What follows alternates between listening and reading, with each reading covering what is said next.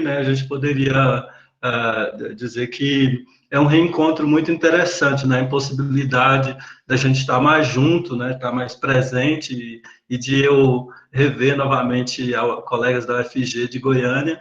É um momento que dá um certo alento a gente ficar tendo essa conversa por aqui. Quero elogiar assim, a organização pela proposta da jornada, né, pelo que tudo que vai acontecer aqui. Desejo uma boa jornada, seja bastante produtivo caminhar aí por esses desvãos sem fins, né, por esse por essa por essa estrada, né, que transforma, que vai gerando um enredo e um desenredo na nossa vida, para a gente falar um pouco sobre essa saudade que a gente tem dessas conversas. Eu não queria me demorar muito nessa parte, mas ela é muito importante, toda essa emoção, quero retribuir em relação a minhas colegas, minhas amigas, a UFG, que está muito no meu coração. Tem alguns alunos aqui da UFAP que também a gente divulgou, que estão aí assistindo. Um abraço para todos vocês. Um abraço para Elisângela, que faz tempo que eu não vejo se movimentando, né, por aí. Então, carinhosamente, então, quero saudar então, a todos, com a paz de todas as senhoras. Bem, além dessa questão do agradecimento, eu queria começar, talvez, tentando dizer, a gente fala esse negócio de lugar de fala, né? Queria falar também do lugar de sentimento, lugar de afeto que está por trás disso, que é mais ou menos o lugar em que estou aqui. Pensando naquela ideia que a gente tem, que herdou dos cristãos, que é que santo de casa não faz milagre, mas pelo menos faz alguma bagunça, pelo menos mostra os seus riscos, né? E eu estou aqui na proposta desse tema que pensei em conversar com vocês, numa situação de risco. Essa situação de risco, eu quero tentar fazer uma aproximação sobre o momento que todos nós estamos vivendo. Não vou devagar sobre isso, mas que me lembra como que se conclui o romance Demian, do Hermann Hesse. E realmente todas as vezes que a gente lembra disso, que a gente está propondo discutir linguagem, ou alguns discutindo filosofia, ou história, e principalmente literatura, de alguma maneira me lembra como que o Hermann Hesse terminou aquele romance, que era uma proposta interessante, que estava fazendo, de certa maneira, uma ebulição de arte. Na verdade, está levando algumas artes aos limites, né?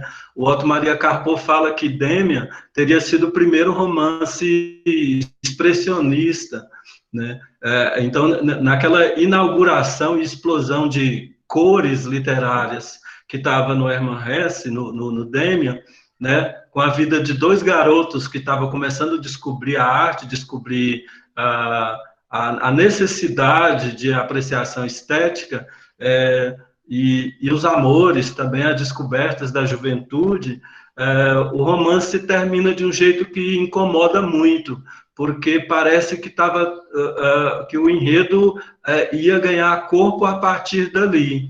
Então, parece como algo que o escritor estava escrevendo e teve que correr às pressas e juntar todos os manuscritos, escrever um parágrafo final e entregar para o editor e fugir, né? Bom, obviamente não é isso que aconteceu, mas tudo que acontece, a maneira como se conclui o romance,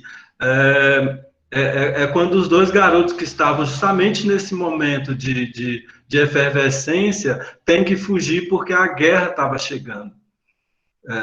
E aí é curioso como o escritor, ele realmente deixa esse como sendo a conclusão do romance, e não parecia muita coisa de elaboração estética, mas de momento, digamos, momento afetivo de uma conclusão do projeto, espelhando, de fato, aquilo que estava acontecendo em sua volta. Bom, o que eu estou falando, entre outras coisas, é a relação de ida e volta, ou de comprometimento afetivo que a gente tem com o objeto estético, no caso, com a literatura. Ou seja, não tá desassociado, de fato, da vida. Pelo contrário, né, ele vai e volta para dentro e para fora do coração. Bom, então, pensando nisso, a minha proposta é falar sobre um tema que eu tenho estudado há alguns anos, na verdade, desde da elaboração da tese, que agora estou desenvolvendo com um grupo de estudos aqui na UFAP, que é metaliteratura, e, no caso, o título, metaliteratura em tema. A outra pergunta é uma provocação que me coloca mais em risco diante de vocês, e que eu estou me submetendo a esse risco aqui com a intenção mesmo de compartilhar, né? Mas, por outro lado, também de aprender com essa situação. Bom, sobre, então, a ideia de metaliteratura, não tem muita novidade em relação ao que se conceitua. Inclusive, o conceito ele vai alcançar o lugar dos mais lugares comuns possíveis na literatura. Metaliteratura é quando a literatura se diz, mas isso é um pressuposto da literatura, o fato dela se dizer, ela dizer não só da gente, mas ela dizer de si mesma, né?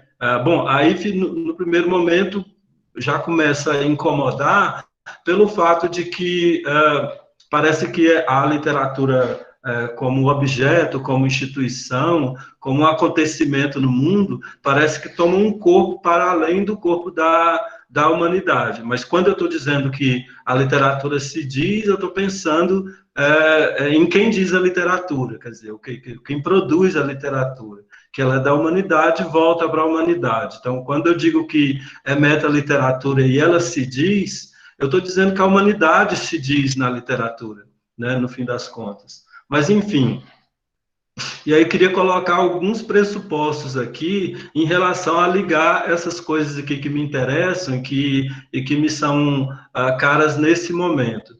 Alguns pressupostos sobre essa relação entre metaliteratura e ensino de literatura, né? Então, alguns pressupostos, vou fazer uma disposição muito trivial, muito superficial, mas só para colocar como situações problemas, né? Então, no caso do meu lugar afetivo aqui, em relação a ser pesquisador de literatura, ser estudante de literatura, é a questão da instabilidade dos conceitos relacionados à literatura, aos conceitos e mesmo às concepções. Ou seja, diante da resposta, que geralmente todos os alunos de graduação, em algum momento, passam por esse constrangimento, é responder o que é literatura.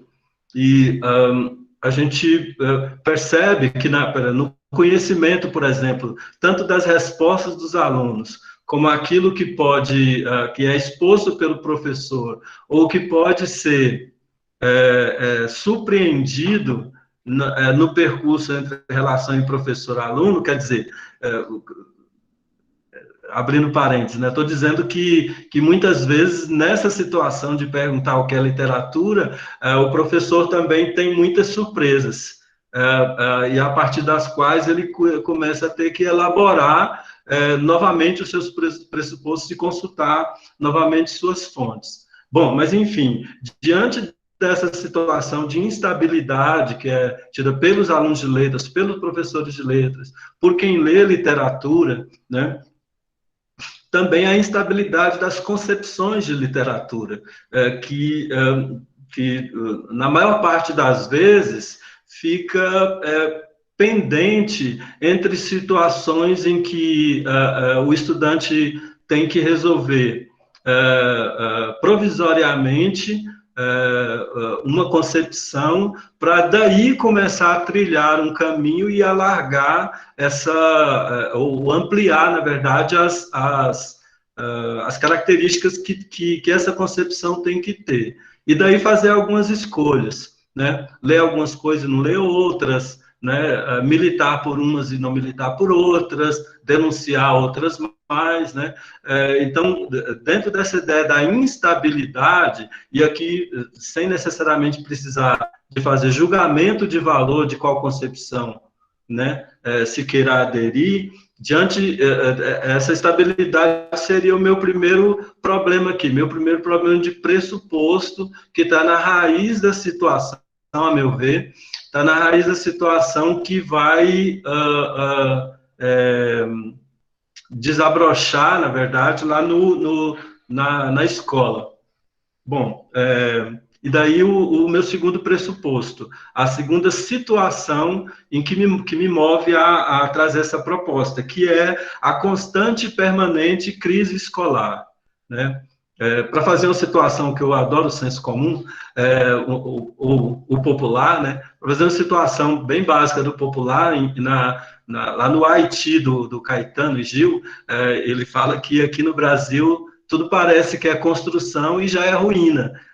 Então, a gente convive com a esperança de poder criar alguma coisa, de poder construir, e está fazendo essa construção no meio dos escombros, no meio das ruínas. Mas, enfim, essa crise escolar, também não vou abrir um leque em relação a isso, mas uma situação frequente, e hoje não mais somente para a sociedade em geral, e não somente para os estudantes, mas principalmente também para os professores, a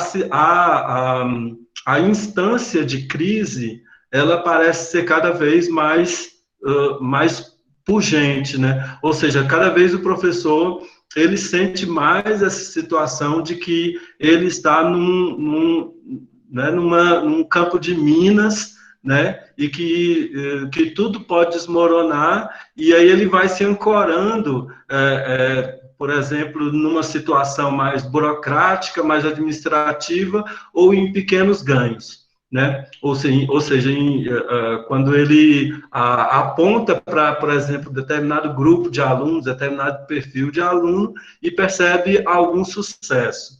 Bom, dentro dessa crise escolar, parece que ser de bastante requinte, a gente é de requinte, mas é uma constatação de que a literatura também está no meio dessa crise, e ela agrava essa crise como quando ela se apresenta como algo requintado em relação aos conteúdos que são tradicionalmente dinamizados em relação à literatura na escola. Bom, algo básico para se dizer em relação a isso, né, é uma constante que também é bastante recorrente nas discussões e nos testemunhos, que é como a literatura é dinamizada em conteúdos no ensino básico, no caso do ensino fundamental, em relação a conteúdos de autoajuda, temas de curiosidade, ou de diversão, de entretenimento, e no ensino médio, para o ensino médio acontece a ruptura, essa diversão, de certa maneira, acaba, né? O menino vai ser homem, a menina vai ser mulher, né? Esse amadurecimento parece exigir a burocracia dos conteúdos específicos relacionados à história da literatura brasileira, a história da literatura portuguesa, que agora já está em vias de extinção, né?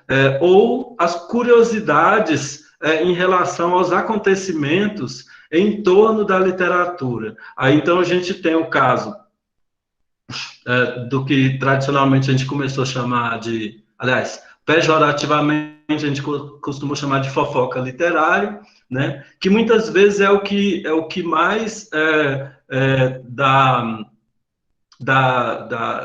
movimento, dá de dinâmica, diversão para os alunos, ou seja, aguça a curiosidade justamente os fatos particulares em relação à vida do autor, seus problemas, seus conflitos, né? em alguma medida, em alguns casos, a relação desses conflitos, dessa sua situação pessoal com as obras que ele escreveu.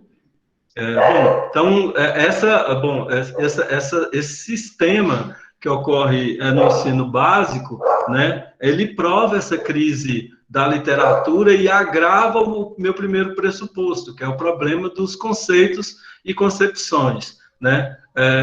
Se eu puder arriscar, uma das concepções mais frequentes e mais,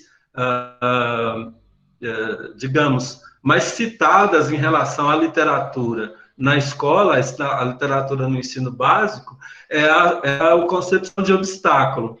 E aqui eu não estou falando em relação ao que é literatura necessariamente como conceito, mas o que a literatura significa de fato para o estudante, muitas vezes no ensino básico. Ela é um obstáculo para o estudante seguir a vida, né? Ou seja, ir para o vestibular, né? Passar no vestibular, e às vezes ela é um obstáculo, inclusive, para ter uma formação média e ter uma profissão que não tem nada a ver com literatura, né, nesses termos, né? Bom, tem tudo a ver com literatura, mas não é isso que eu estou dizendo. Quer dizer, na concepção dele, isso não vai gerar para ele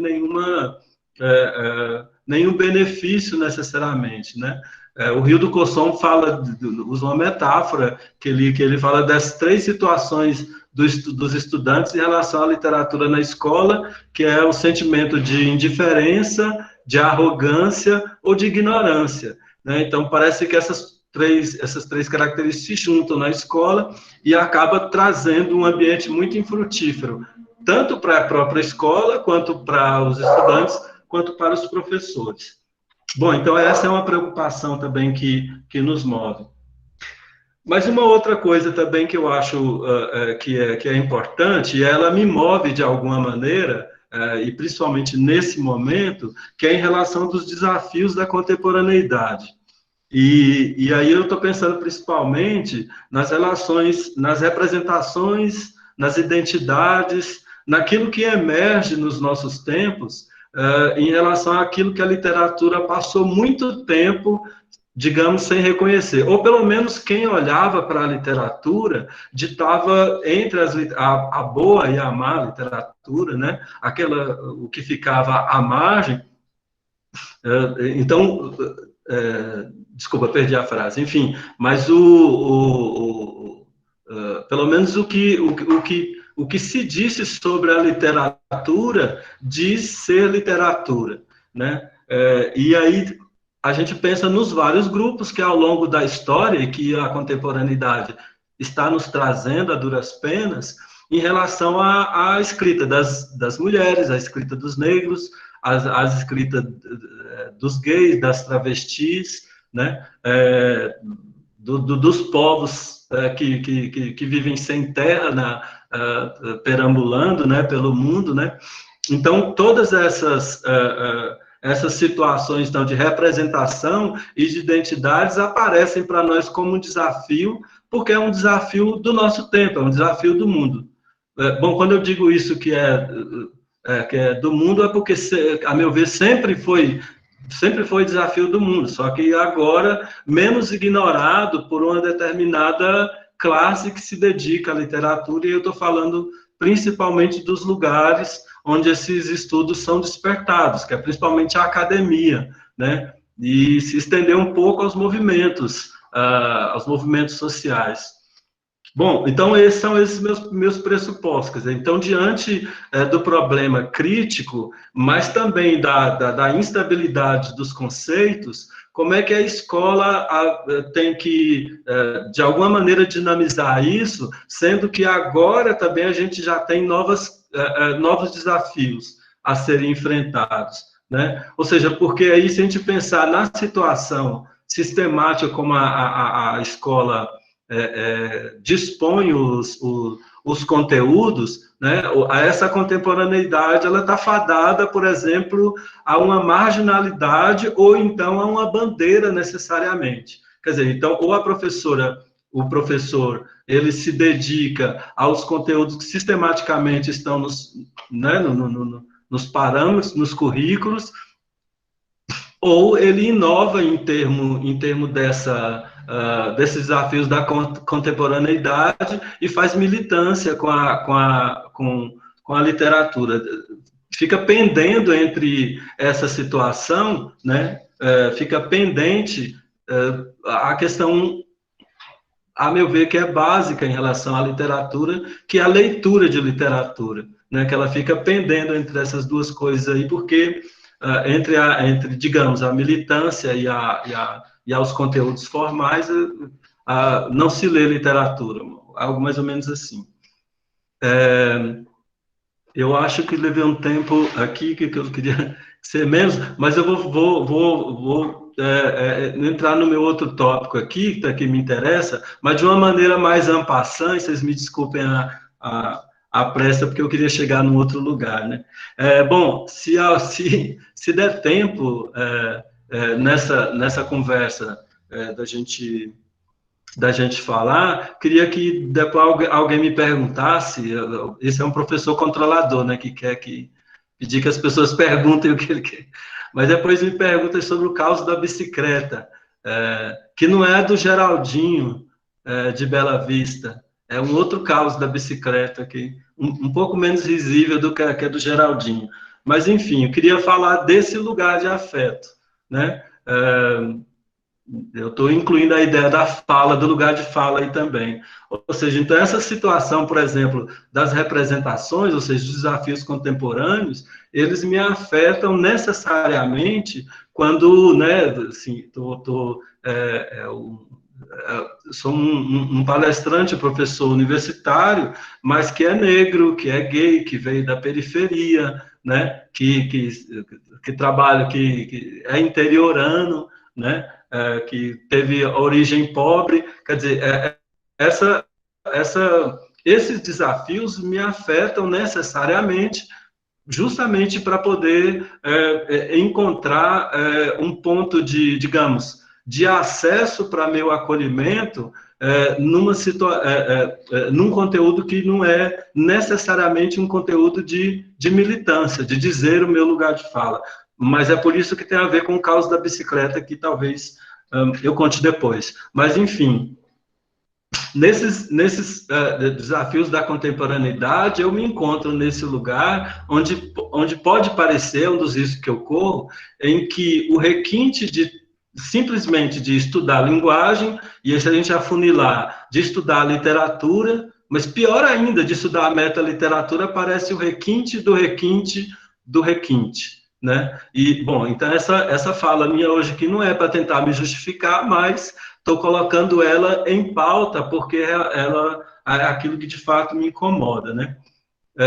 Então, dentre esses lugares de fala, de afeto, queria citar uma situação que eu vivia em Goiânia, né, quando a gente, acho que da graduação para o mestrado, aí na UFG, a gente tinha um projeto do Estado que...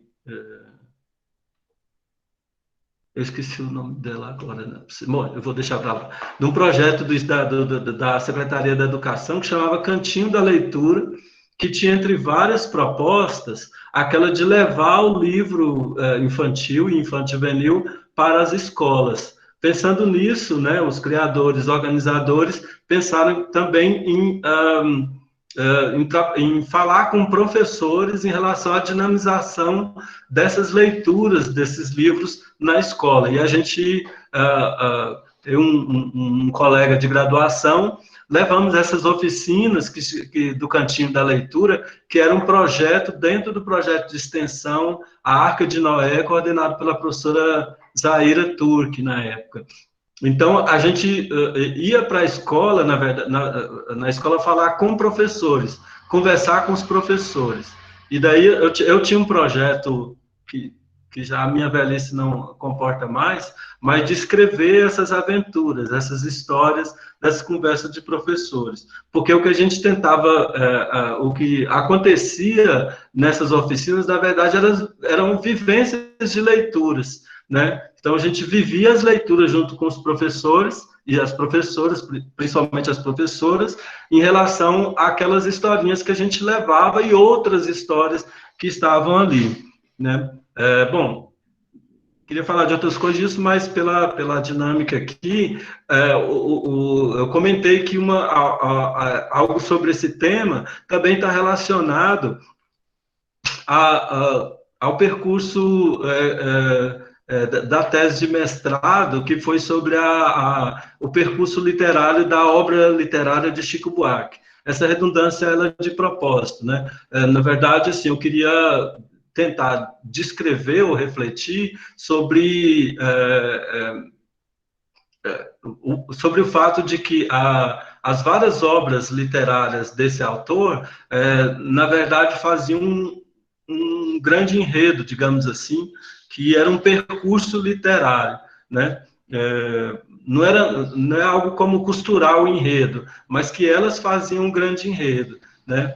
Uma das conclusões que eu pensei foi que, em relação aos gêneros, como Chico Buarque escreveu algumas peças de teatro, alguns romances e muitas canções, né?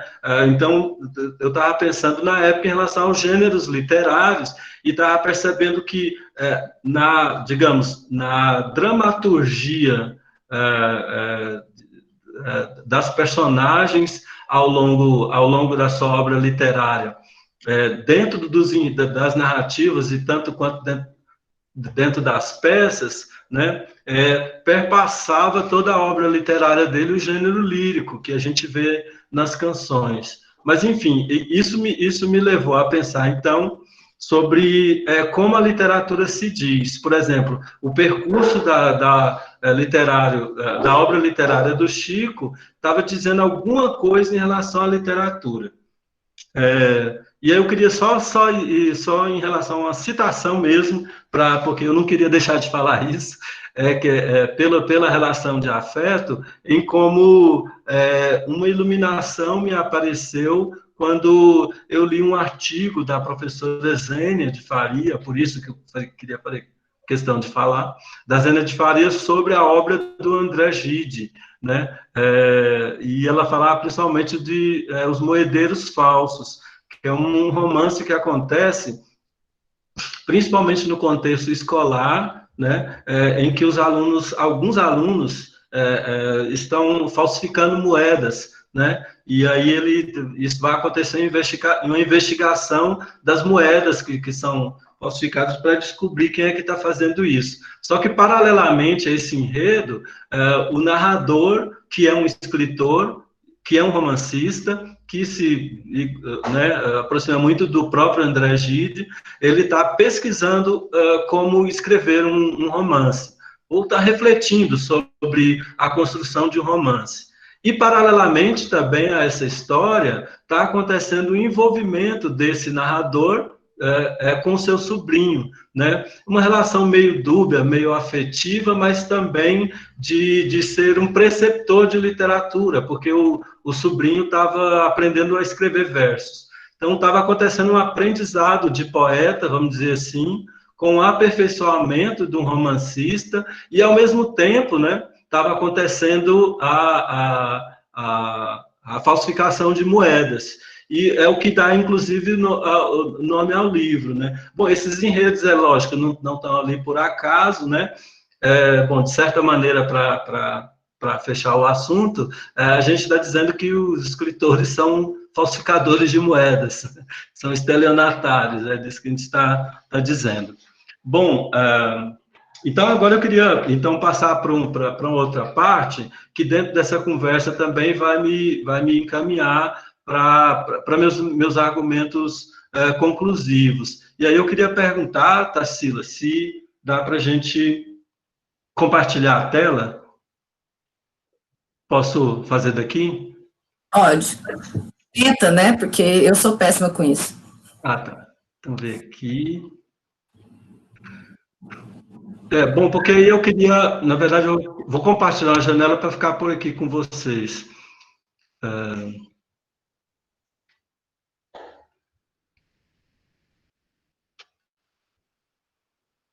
Então, tá bom. Aqui eu tinha colocado algumas ilustrações que eu acabei falando demais e não mostrei, mas enfim, é a capa do livro do Budapeste, do Chico Buarque, e a capa Os Moedeiros Falsos do André Gide, só por uma ilustração puramente dita. Bom, então, aí queria, nessa reflexão sobre o professor, trago aqui o primeiro texto, que é um mini-conto do Eduardo Galeano,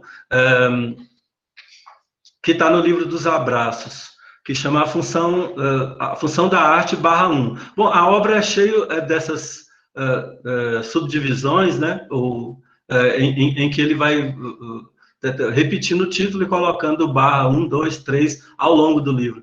Mas, enfim, o texto diz assim: a função da arte. Diego não conhecia o mar. O pai, Santiago Cavadroff, levou-o para que descobrisse o mar. Viajaram para o sul. Ele, o mar, estava do outro lado das dunas altas, esperando. Quando o menino e o pai, enfim, alcançaram aquelas alturas de areia, depois de muito caminhar, o mar estava na frente de seus olhos. E foi tanta a imensidão do mar e tanto o seu fulgor que o menino ficou mudo de beleza. E quando finalmente conseguiu falar, tremendo, gaguejando, pediu ao pai: me ajuda a olhar. Bom, então, entre algumas coisas que a gente queria dizer. Não sei. Não tá mostrando. Apagou alguma coisa? Professor Nilson, é porque ainda não chegou a compartilhar a tela. Posso tentar te acompanhar para ver se a gente consegue juntos. Pode ser?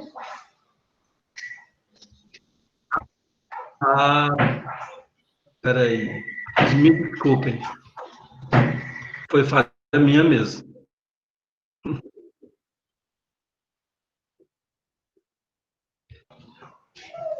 E agora? Ainda não está chegando, professor. Ainda não. Ela aparece, a janela, ou não? Em apresentar agora, o senhor foi em a tela inteira ou uma janela?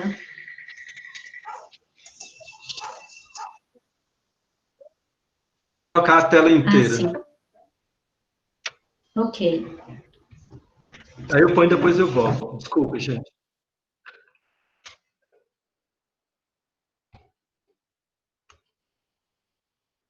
Bom, mas eu vou ler novamente, então, mas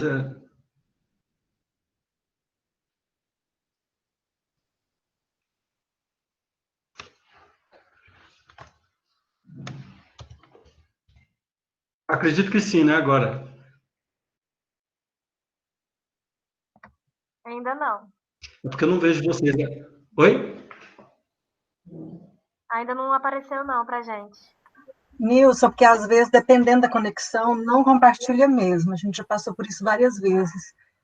Então, eu acho assim, se for só texto, eu acho que o texto é sempre muito mais bonito lido. Isso você leu belíssimamente, eu acho que não tem problema. Eu gostei muito.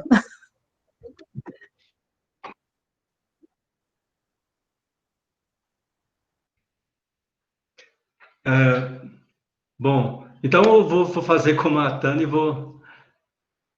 eu vou ler os outros, tá? Mas, enfim, o texto do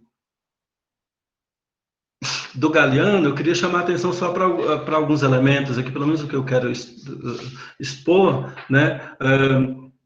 Uma coisa que me chama a atenção nele, na verdade, tem um orientando que trabalhou com ele para falar sobre literatura e o simulacro do gênero literário, mas, enfim, uma coisa que eu acho muito interessante em como agora está dizendo que eu estou apresentando a tela, mas eu vou continuar aqui, tá bom?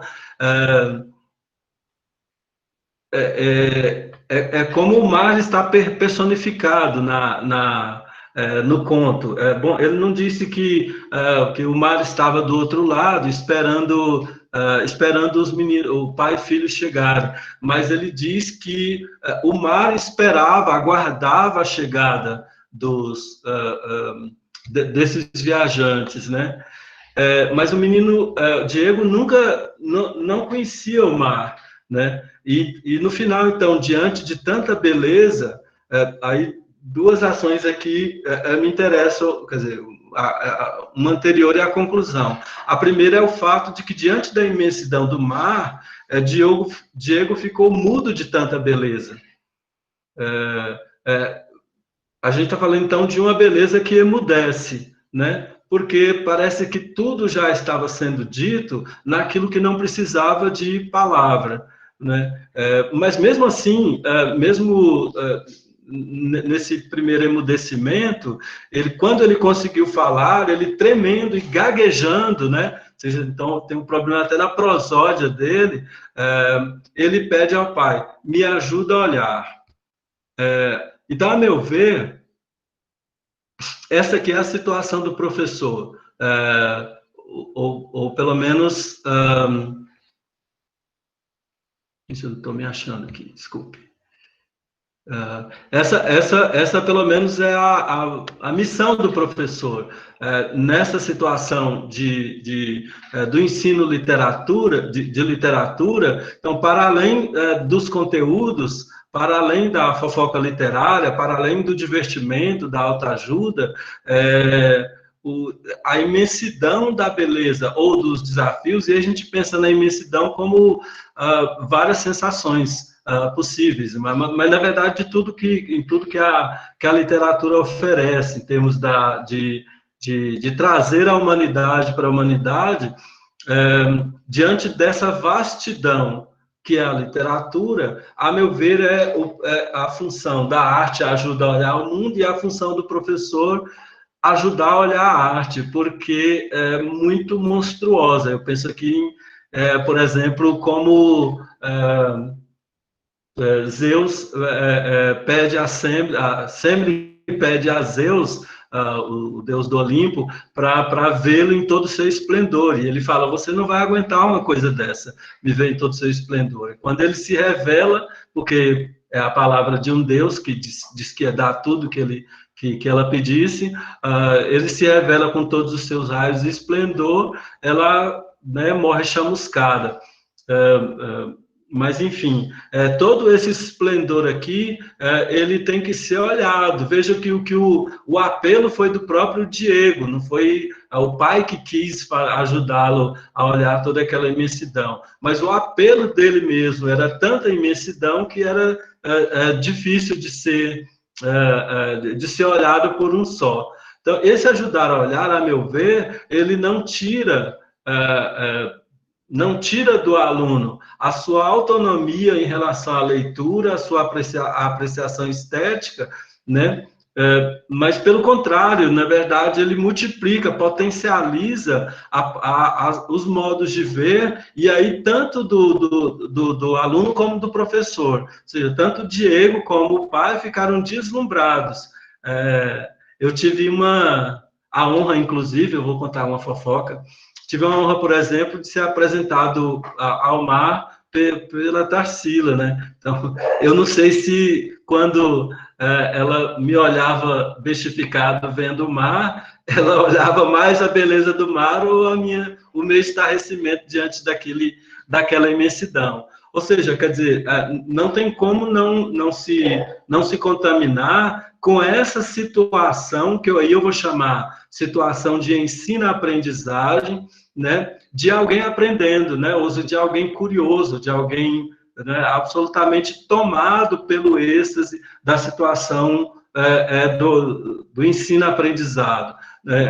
Então, em relação à literatura, aí pensando, por exemplo, nas nossas aventuras lá no Cantinho da Leitura, em que a gente estava se deliciando, né, estarrecido com a situação de professores e professoras lendo literatura, para que depois, com essa contaminação, lessem literatura com seus alunos. Parece que essa situação de contaminação, de estarrecimento diante desse mundo, desse universo que é a literatura, tem muito a ver com a tarefa do professor. Ou, pelo menos, né, se isso não puder ser colocado de uma maneira parametrada dentro dos currículos, pelo menos que seja uma essência daquilo que é o mais importante. mas pelo menos se não for o mais importante, pelo menos não seja interditado, como muitas vezes a gente vê acontecer, por exemplo, em que a literatura acaba se tornando um obstáculo para as pessoas. Bom, então pensando nisso, quer dizer, esse texto do Galiano é muito cheio de Guimarães Rosa, né? Pelo menos naquela situação que todo professor gosta de falar, da conversa de Riobaldo com o Zé Bebelo, né? Da situação que o Zé Bebelo ele tinha ensinado e agora ele era o aprendiz, né? E ele matuta isso, né? O professor é aquele que de repente aprende, né?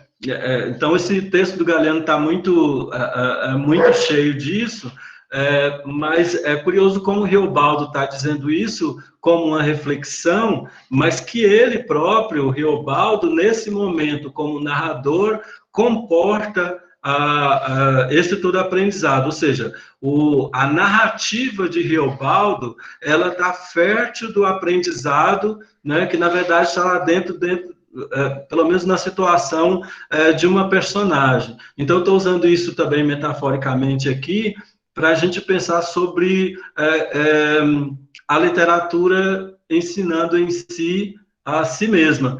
E quando ela faz isso, ela não está comprometendo nem os outros conteúdos e nem está comprometendo, por exemplo, uma ideia de conceito de literatura, de concepções de literatura. Ela também não está acabando com seus próprios elementos, mas ela está tentando dialogar com uma outra concepção que também hoje é muito, digamos, está muito em voga, que é a ideia da aprendizagem significativa. Então, veja, a nossa vivência lá com as professoras do Cantinho da Leitura nos levava a pensar o seguinte, ou, na verdade, nos levava a viver a literatura junto com elas, né? A meu ver, esse é o momento de aprendizagem significativa, em que a literatura se faz literatura mesmo, né, no momento da leitura, mas ela não se desdobra necessariamente ou obrigatoriamente, e muito menos prioritariamente em relação a determinados conteúdos, né?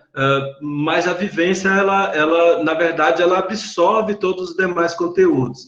Eu não sei se isso está bem claro na metáfora que eu relatei de Grande Sertão Veredas, mas a ideia seria de que esses conteúdos vigem dentro da literatura, e não o contrário, quer dizer, a ideia não é uma apuração da literatura para se tirar dali conceitos, e realmente há vários, né? De pensar história, filosofia, geografia, culinária, bom, linguagem, né? O que se quiser, quer dizer, ela está prenhe disso tudo, mas isso tudo também não é só, quer dizer, a ideia do trabalho com a literatura não é coar tudo aquilo que é literatura, digamos assim, a erva daninha, que é a literatura propriamente dita, e para coar e escoar para os temas, para os conteúdos, para os elementos necessariamente formais.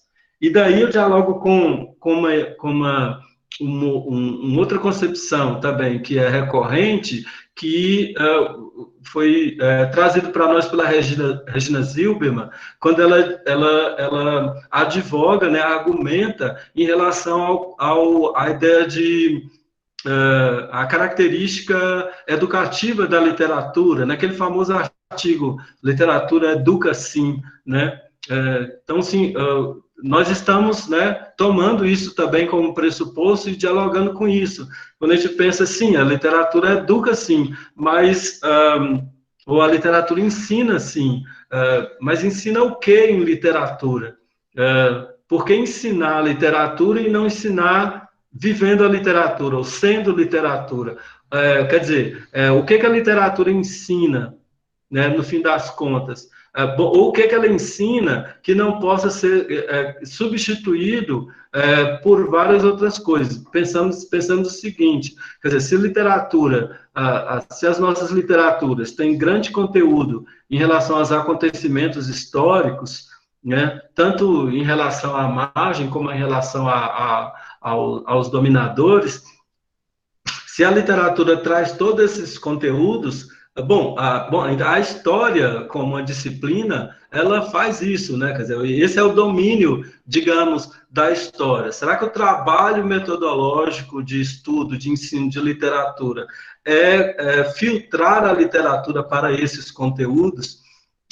Então, esse, quer dizer, é o nosso questionamento.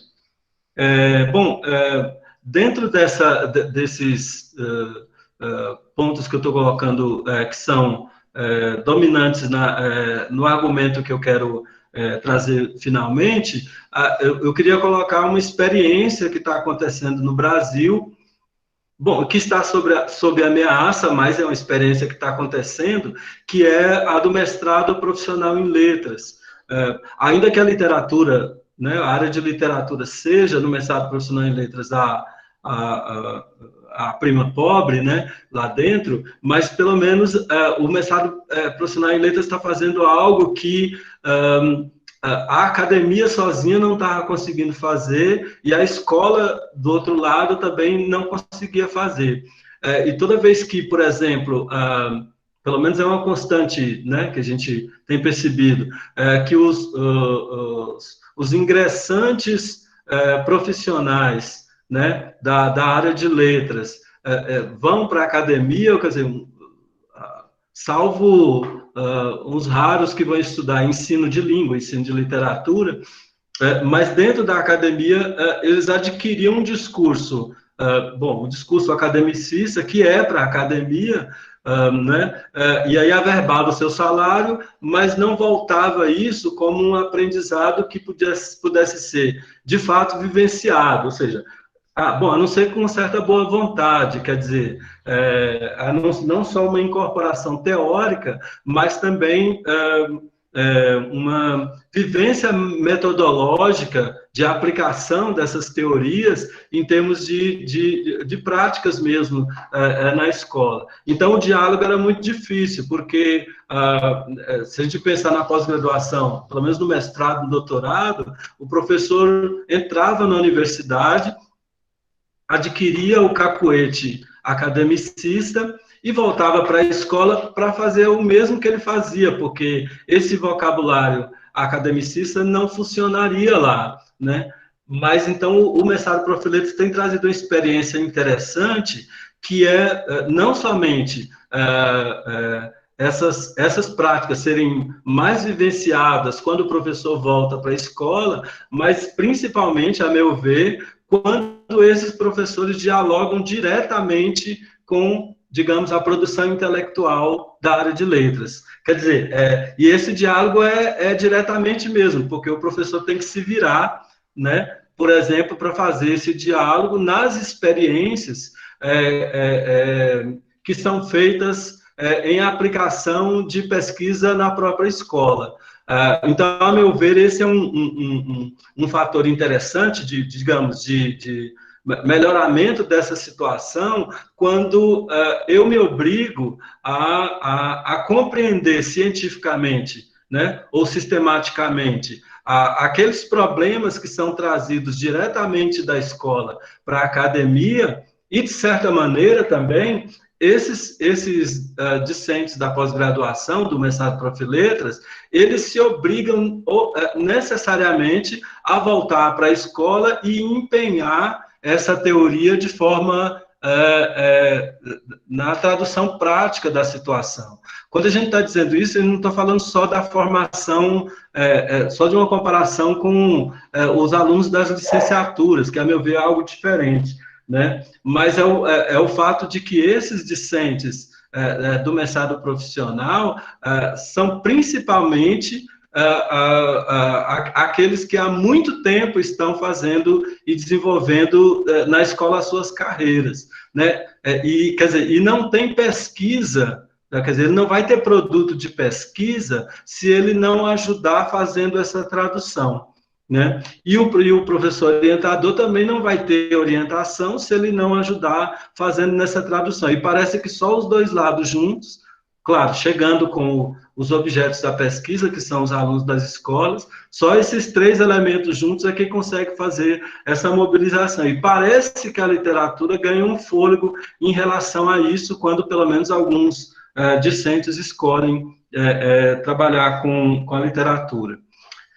Eu tenho um último ponto em relação a esse pressuposto do argumento, para não cansar vocês, que é a questão colocada pelo Círio Pocente, que muitos já conhecem, que é em relação à questão da metalinguagem no estudo, no desenvolvimento da gramática. Quer dizer, eu preciso ensinar metalinguagem, então o Círio Pocente vai fazer um grande debate em relação a isso, né? Parece que ele vai gostar, inclusive, de que parte da gramática, sim, outras nem tanto, né? Mas, enfim, dentro dessa situação, aí eu coloco aqui aquilo que eu chamei no início de requinte, em relação ao estudo de literatura e literatura dentro da literatura, que é a metaliteratura, né? Ou seja, quer dizer, parece que é infrutífero se pensar, na concepção do Círio Pocente, de reduzir o estudo da língua à metalinguagem, ou seja, aprender a classificar verbo, adjetivo, advérbio, etc., como, ou pior ainda, na sintaxe, né, classificar as frases, os sintagmas, mas em relação à metaliteratura, parece que essa dinâmica é inversa, né, nesse caso dessa defesa aqui, porque quando a gente pensa da linguagem, falando da própria linguagem, ou seja, ter função puramente em si no estudo da língua é infrutífero, mas parece que na literatura o viés é diferente, e por isso eu entro aqui em alguns pressupostos do nosso projeto, que é o projeto Metaliteratura e suas metáforas. E aí eu vou basicamente encerrar com isso, que é o seguinte, que aos poucos que a gente vem tentando pesquisar, né, por meio de várias obras, de vários gêneros, de várias línguas, a metaliteratura, a gente foi se surpreendendo com as possibilidades de não só a gente pensar a metaliteratura, quando a literatura diz a literatura no seu frontispício, quer dizer, na sua temática, né, naquilo que se coloca como o elemento mais pulsante de determinada obra literária, mas também como ela diz nos seus arredores, quer dizer, nos seus elementos mais mínimos, né? Então,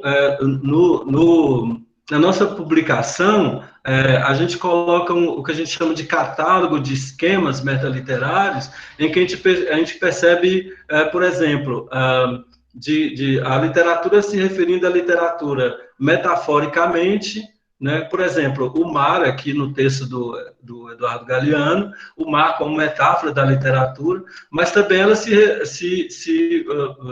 na maioria dos casos, dela dizendo a literatura de forma denotativa. Por exemplo, a citação, a intertextualidade, a menção direta, por exemplo, né, quando a gente lê Machado de Assis, ele faz a citação direta de determinados outros autores, né?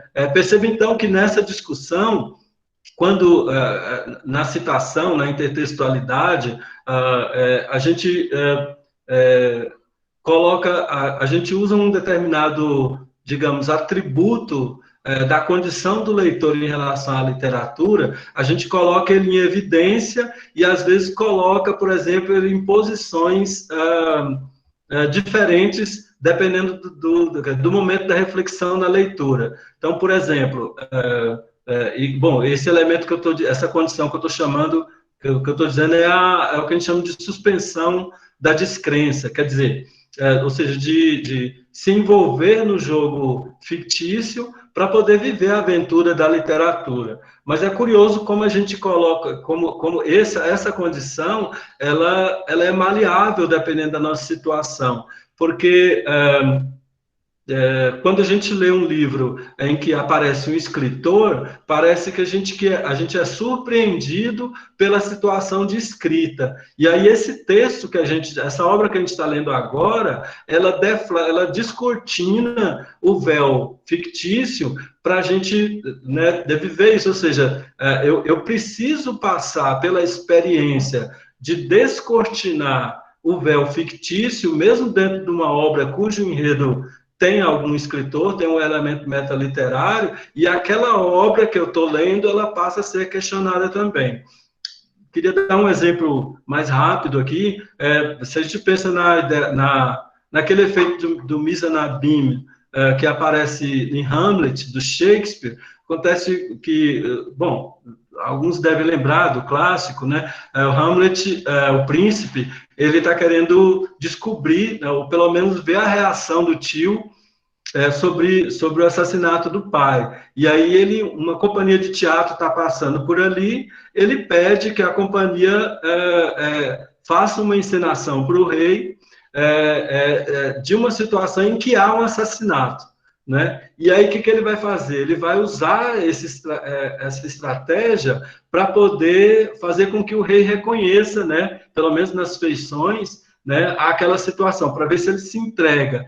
Aí aí ele vai fazer o seguinte: enquanto o grupo está encenando, ele está olhando as feições do rei.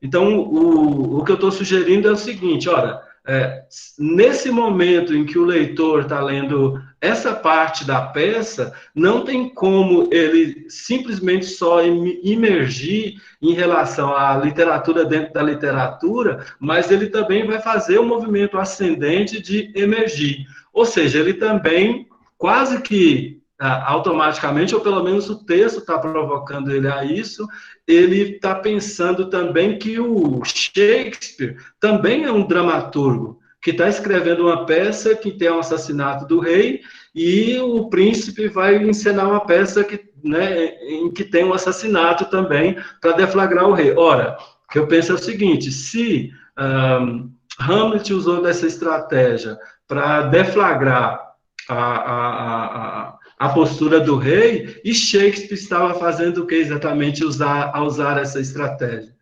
Isso se a gente pensar que, por outro lado, né, a própria realeza frequentava os espetáculos de Shakespeare, né? Então, estou dizendo o seguinte, que essa situação de a literatura dentro da literatura, ela não acontece necessariamente na temática principal, mas quando ela acontece, ela pode acontecer em elementos mais mínimos. Por exemplo, a citação de um autor ali acaba tendo uma contaminação do restante do texto, e isso parece, a meu ver, ser, em alguns momentos, na maior parte dos momentos, deflagradores de como a literatura diz da literatura, ou seja, de que a literatura ela está ensinando, para além dos outros conteúdos possíveis dela, ela está ensinando também a literatura. Bom, se eu reduzo a literatura como a metáfora que Roland Barthes usa em aula, né, da pedra de Bolonha, né,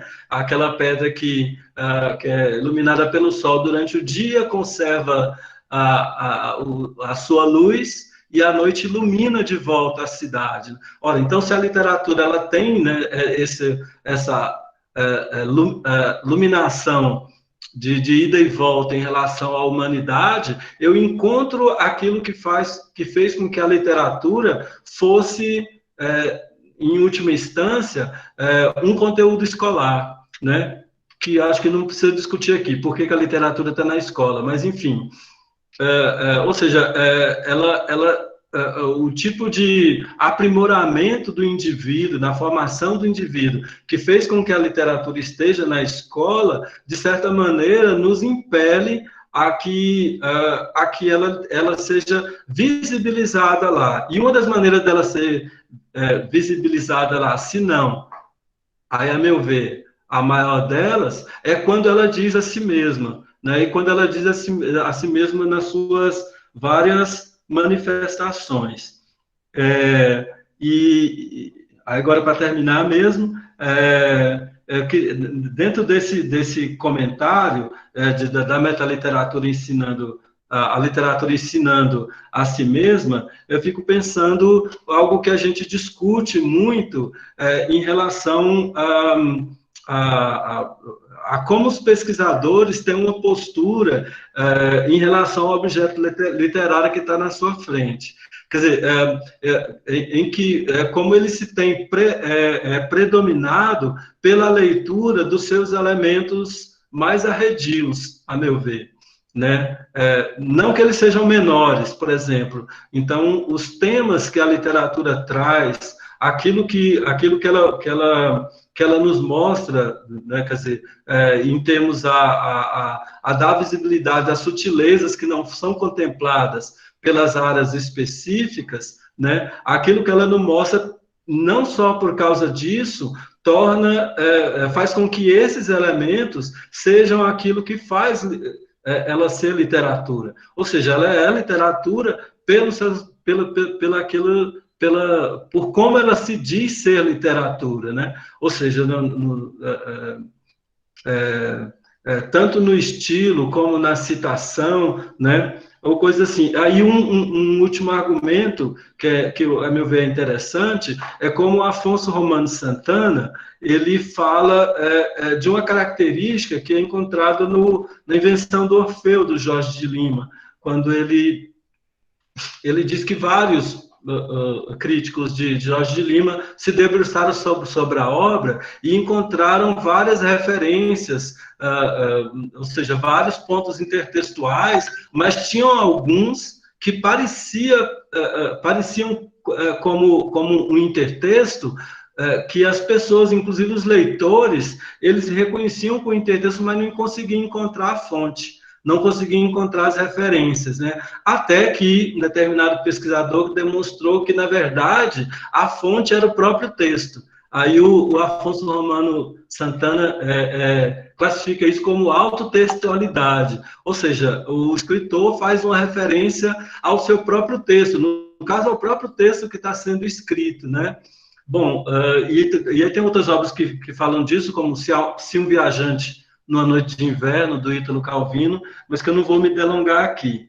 Mas queria encaminhar, então, para esse argumento final, é o fato de que esses vários estudos, né, que têm se debruçado sobre temas, sobre linguagem, sobre estilo, né, acabam fazendo rodeando esse tema, mas não entrando naquilo, por exemplo, que seria um testemunho, se não o maior dele, mas pelo menos um testemunho válido, que é como a literatura se diz, né? Bom, e fora isso, aí eu pensando só para ligar com a ideia dos desafios da contemporaneidade, a meu ver, algumas coisas, por exemplo, algo que está na raiz, por exemplo, de alguns estudos que denunciam a invisibilidade, né, ao silenciamento, por exemplo, no fim das contas, né, e esse é meu argumento, no fim das contas, eles estão denunciando exatamente isso, porque quando eu coloco a literatura dizendo a literatura, estou fazendo uma leitura em que determinados grupos, ao longo do tempo, ao longo dos lugares, foram silenciados, eu estou fazendo uma discussão metaliterária, porque eu estou discutindo a literatura e discutindo a literatura.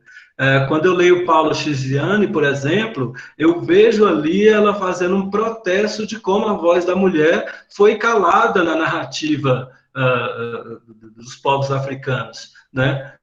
Ou seja, esse protesto vige de dentro do próprio texto. Então, é possível a gente pensar nesse diálogo, pelo menos na instância da literatura, dizendo a literatura, como forma também de responder a determinados desafios da contemporaneidade, sobretudo aos desafios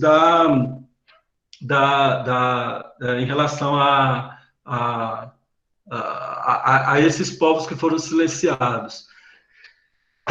Gente, deu uma demorada grande aqui, mas eu queria só terminar lendo um poema e esse é metaliterário no frontispício, né? Ou pelo menos eles encerram aquilo que eu estou colocando aqui como, no título da palestra, como uma pergunta. Então, eu não estou fazendo uma afirmação, e inclusive a afirmação seria inócua em si mesmo, porque ela existe para ser uma pergunta mesmo, né? Que é o poema Ao Fósforo, do José Paulo Paes. Aí eu vou ler para vocês, porque não vai dar certo o compartilhamento. Então, está lá no Prosa Seguida de Ode Mínimas, do José Paulo Paes, que diz, o título é O Fósforo, Ao Fósforo. Primeiro a cabeça, o corpo depois. Se inflamam e acendem o forno do pão, a luz na escuridão, a pira da paixão, a bomba da revolução. Sim, mas vamos à coisa concreta. Você fala de fósforos ou de poetas? Termino então com essa pergunta. Obrigado.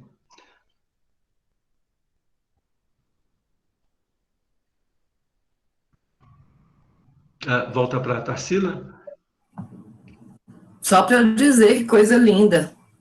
Obrigada pela reflexão. E juntar um tema tão difícil, né? Assim, na verdade, dois temas tão problemáticos, que é a da metalinguagem, da metaliteratura, com a crise escolar, ou mesmo com o fato de que a literatura tem sido mesmo, desde sempre, uma dificuldade, né? Parece sempre um obstáculo, como você disse, né? E ainda conseguir articular essas duas questões à luz desse grande conflito dos estudos contemporâneos, que tem a ver com, de uma maneira muito simplista, colocar de um lado o cânone e, de outro lado, aquilo que o cânone deixou para trás, né? Que são essas autorias das grandes minorias, ou de minorias que são enormes, né? Muito maior do que... Eu queria, Nilson, abrir para os nossos alunos, colegas, para ver se alguém tem alguma questão, alguma reflexão para colocar. Tarsila, desculpa, só um minutinho. Nilson, eu esqueci de pedir autorização para gravar e gravei. Pode ficar a gravação ou eu tenho que deletar?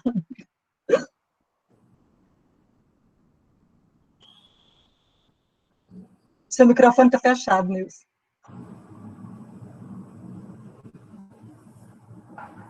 Desculpa, eu ia dizer assim, vamos ver se na avaliação eu falei muita besteira, vocês descartam a gravação. Tá bom. E a bicicleta? É! Bem lembrado. É uma história tão comprida. Vocês conhecem a história da bicicleta do Geraldinho, né? Mas essa é diferente, né? Ela não é engraçada. Eu ia falar das minhas origens, né, na UFG, e o que me moveu a pensar nessa tarefa em relação à situação e condição do professor. Vou contar bem rápido, então. Bom, o que acontece é o seguinte, eu morava no setor Itatiaia, aqui ao lado, né? Vocês estão aí, sabem, vizinho do campus da UFG, e eu só tinha uma bicicleta. Bom, claro, para que ter duas bicicletas, né? Mas, enfim, eu estava passeando pelo campus da UFG quando eu fui parado por um dos seguranças da UFG, porque eu estava numa situação como eu sempre sou, né? Maltrapilho, etc. E estava passando uma viatura da polícia que eles me fizeram a abordagem quem mora em Goiânia sabe muito bem como é a abordagem do jovem negro, né? E ali fiquei mais ou menos uma meia hora, e nessa época eu estava fazendo, agora eu posso falar que já faz tempo, eu estava elaborando provas para a Universidade Estadual de Goiás, para o concurso da Polícia Militar, a promoção para cabo, sargento, etc. E eu vendo as patentes dos policiais que estavam, né, me fustigando, né, e do vigia que estava, né, assim, espreitando, porque ele dizia que eu não podia circular pelo campo da UFG de bicicleta atualmente. Eu falei, eu acho que eu posso, porque eu sou cidadão. Não, mas você não pode estar... Bom, aí com a PM, então, é mais difícil de explicar essa situação, né? Mas é curioso que, enquanto eu estava fazendo isso, o vigia me falou que uma professora tinha passado por ali e ficou com medo, porque ela estava fazendo... Era um sábado, ela estava transportando material da biologia, uma coisa assim, né? E eu fiquei meio... Na verdade, eu fiquei meio estagnado com a situação, porque ela estava retirando material da UFG, transportando no seu carro, sob os olhos da vigilância da UFG, e eu estava passeando pela loja de bicicleta e fui fustigado. E aí eu não quis dar a carteirada nem do concurso e nem do fato de que eu já era professor da UFG nessa época, eu era seu substituto. Eu estou dizendo isso porque eu estou pensando na situação do professor, na condição do professor, na sua instabilidade, inclusive, né? Porque, independente do que eu dissesse, é professor ou não, aí eu seria mais identificado ainda como uma situação de vulnerabilidade, porque que benefício que tem essa pessoa para a sociedade, né? Então, quando eu digo isso, eu estou pensando... Veja, que eu estou dizendo isso não é só para fazer uma comoção ao meu caso, estou pensando na bicicleta mesmo. Estou pensando pelo fato de como muitas vezes a gente não assume os nossos objetos de estudo, né? E isso vai repercutindo numa situação em que vamos ficando cada vez marginalizados, né? Porque às vezes nós nem assumimos mesmo o objeto de estudo. Eu estou tentando assumir a educação, o ensino, e estou tentando assumir a literatura, pelo menos quando ela se diz. É isso. Desculpa que eu falei que não era engraçado o caso.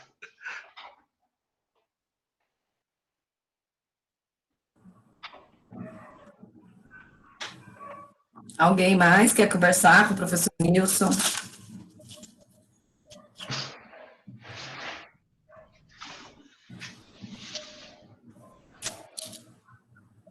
Pode ser pelo chat também, se ficarem tímidos. Posso encerrar com... Bom, eu posso ler mais um texto que eu preparei e não consegui. Pode. Bom, que tem a ver com isso também, que é o textozinho do Marcelino Freire. E aí, assim, o Marcelino Freire, que é o escritor pernambucano, e que é um desses escritores que a gente está falando, desses que está trazendo a voz, né, desses silenciados. O texto chama Zinho, curiosamente Zinho, que é um sufixo de pequena. Bom, o texto diz assim, é um diálogo, na verdade é uma fala, um monólogo. Filho, meu filhinho, médico nem pensar. Não criei você para salvar vidas, nem curar bicho de pé. Nesta casa você não entra se quiser insistir. Nada de estetoscópio, de bisturi, de cara branca, apalermada. Não foi essa a educação que eu lhe dei. Meu Deus, onde eu errei? Não coloquei você no mundo, nem o seu irmão, a sua irmã, para ser engenheiro, porra de advogado, muito menos psicólogo, no divã. Juro que dou uma de louca, de tantã. No dia em que a biologia, ou a geografia, ou a matemática fizer a sua cabeça pelada, igual ao filho da dona Creuza, coitado. Passou no vestibular, diz que vai ser publicitário, fazer aquelas propagandas da TV. Não é de lascar, não é de fuder. Olhem bem para a sua cara, olhe lá, aonde você quer chegar, aonde? Em qual horizonte? O sacrifício que a gente fez para lhe dar estudo, o duro que foi, o duro que é para uma mãe assim, acompanhar o filho jogar o futuro no lixo, meu querido, excomungado, seu danado. Ouça, numa boa, é a última vez que lhe aviso, fiz até promessa de você ser igualzinho ao seu bisavô, ao seu avô, ao seu pai. Meu amor, pense bem o que é que você vai fazer da sua vida, hein, seu merda.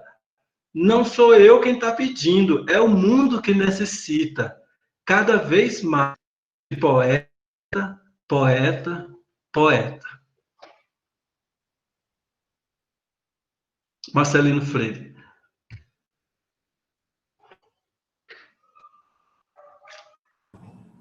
Adoramos.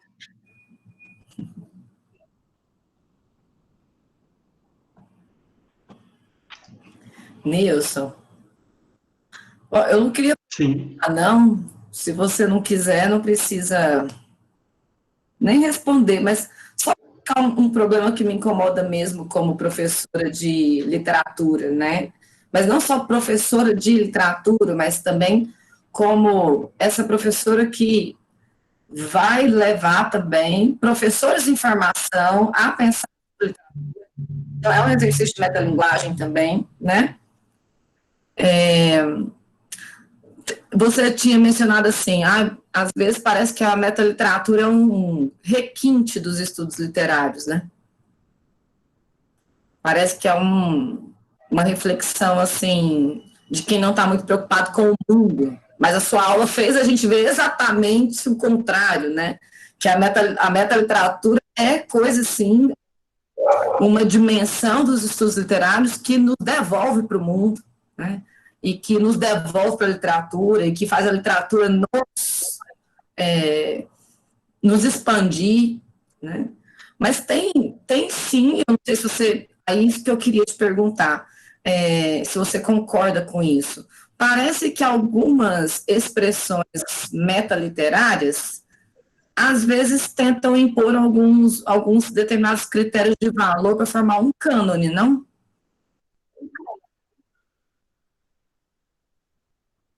Sim, acho que sim. Poxa, eu concordo plenamente. E só tem uma coisa que você falou, eu esqueci. Talvez eu lembre.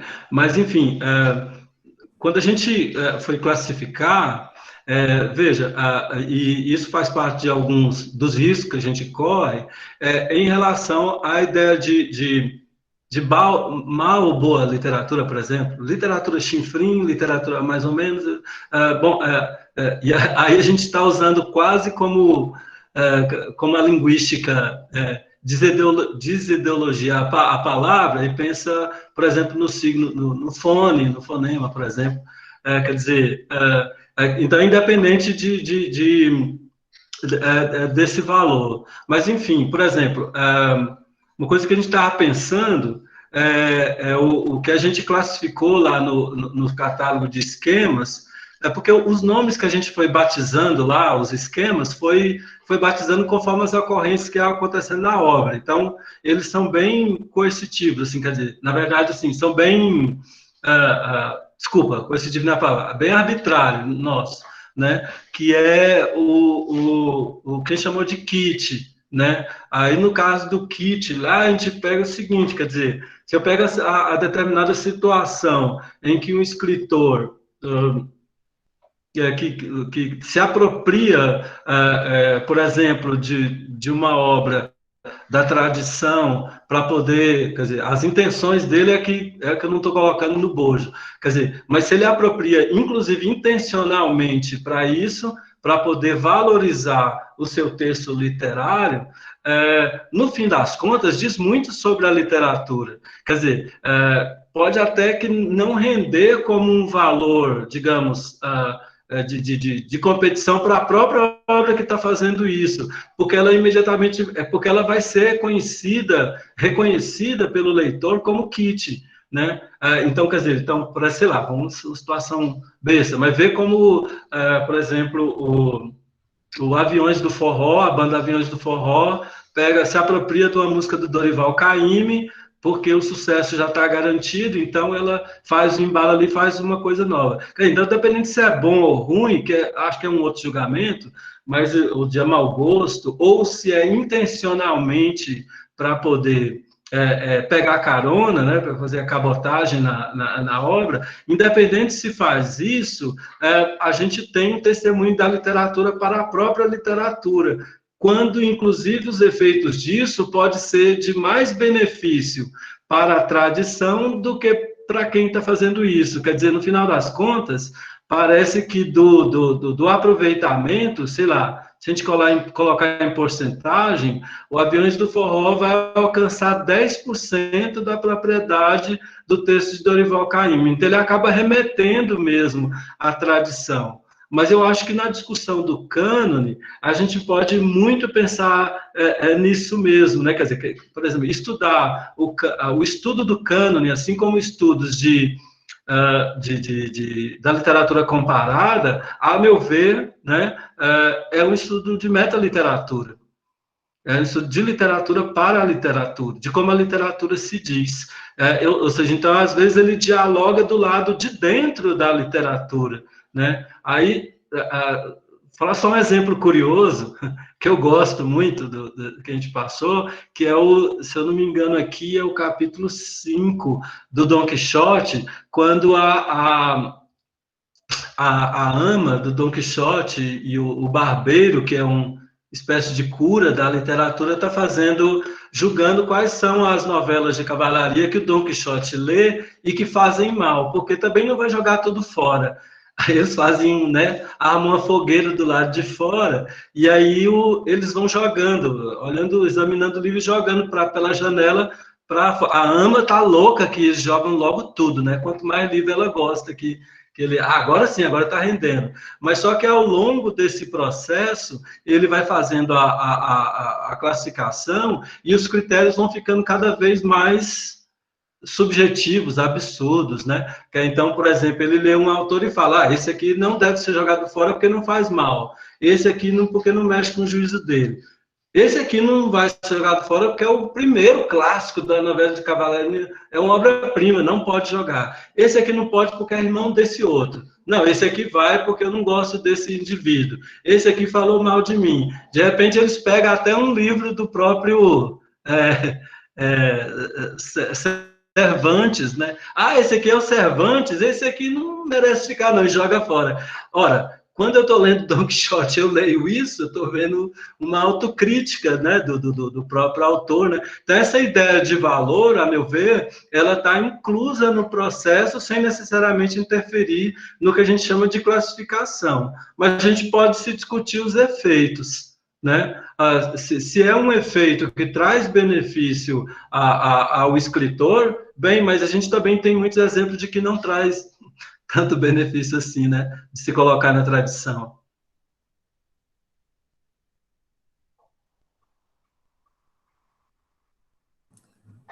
Obrigada, meu bem. Tem uma pergunta aqui para você, do Luiz Henrique. Qual é a sua visão no que diz respeito à maneira como os vestibulares de universidades estaduais e o Enem têm contribuído com o ensino de fofoca literária no ensino médio e nos pré-vestibulares? Só tem como eu falar de uma forma geral mesmo, né? Porque, por não conhecer, assim, eu acho que a gente tem exemplos do pior ao interessante, né? Eu acho que o Enem não. O Enem, acho que, pelo menos a linha que eu tenho visto ultimamente, ele, na verdade, dialoga, né, na prova de linguagem com vários conteúdos, né? A fofoca literária, propriamente, não tenho visto, né? Desculpa, tem alguém...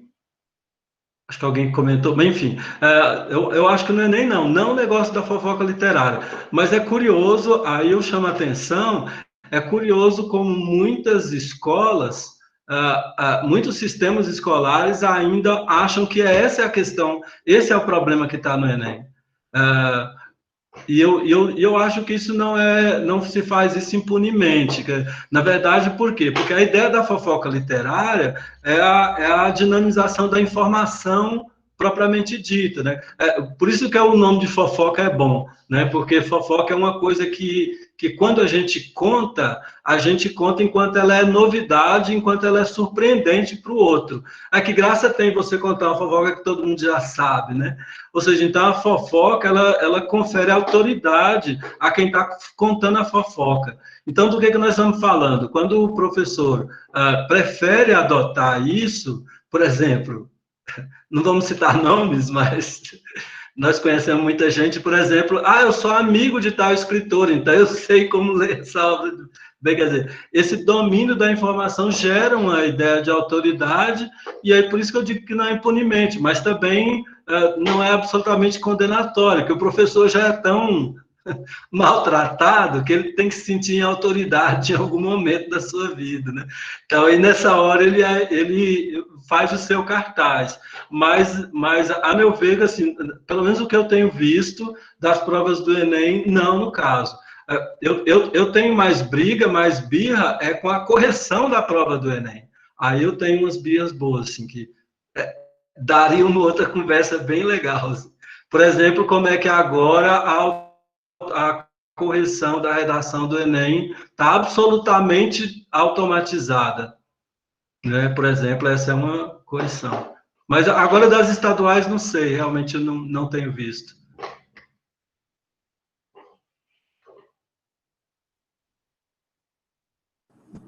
O Luiz Henrique está agradecendo a resposta. Mais alguém?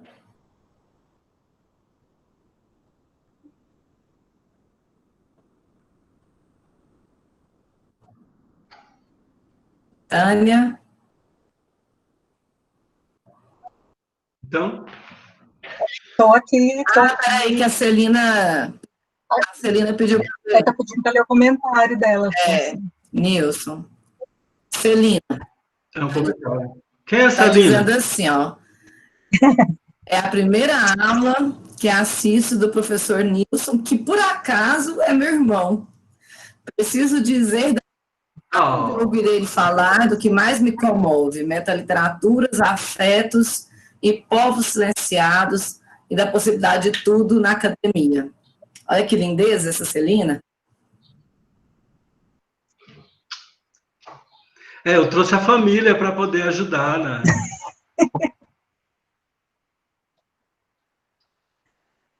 Não pode, Bolsonaro não gosta disso. Caiado também não. Íris também não. Ninguém fez uma pergunta importante aqui, que eu fiz. Você não combinou, devia ter pedido, mas vocês... Eu devia ter combinado. É. Mas a pergunta é como é que 89 mil foram para... Não. Está gravando. Ô, Nilson, mas eu queria fazer um comentário, não é propriamente uma pergunta, porque eu venho desse povo do meio do caminho que não sabe fazer pergunta, né? Esse povo não pergunta. Esse povo enrola, cerca Lourenço. Essa forma que você tem de falar e ler os poemas, e fala e lê, que eu acho muito legal, muito bonita. Assim, eu não fiz nada para atrapalhar, mas achei ótimo ter dado certo projetar, porque eu acho que o legal...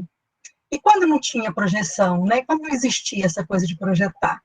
Então, você bem saudosista, né?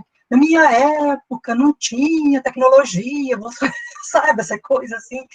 Então, eu fico pensando nas rodas, na minha época, com o Paulo Freire, no Círculo de Cultura, me lembro como se fosse ontem, vou ficar pensando nisso, porque, assim, eu acho muito legal essa coisa da roda em volta da fogueira para contar a história, e eu acho que a literatura, do jeito que você fez hoje com a gente aqui, ela remonta um pouco a isso, né? Ao conversar sobre e trazer a própria literatura, e ler, né, um pouco de literatura. Eu acho que a gente precisa muito, eu gosto muito disso, e adorei não dar certo projetar, porque eu acho que a gente precisa fazer um pouco isso, sabe? A gente precisa de aproveitar a literatura. Eu acho que desse jeito a gente aproveita mais. E o livro dos abraços, ai, obrigada, Nilson, o livro dos abraços é maravilhoso, né? Então, assim, eu acho que a gente precisa reaprender algumas coisas. E eu acho que reaprender isso, sabe?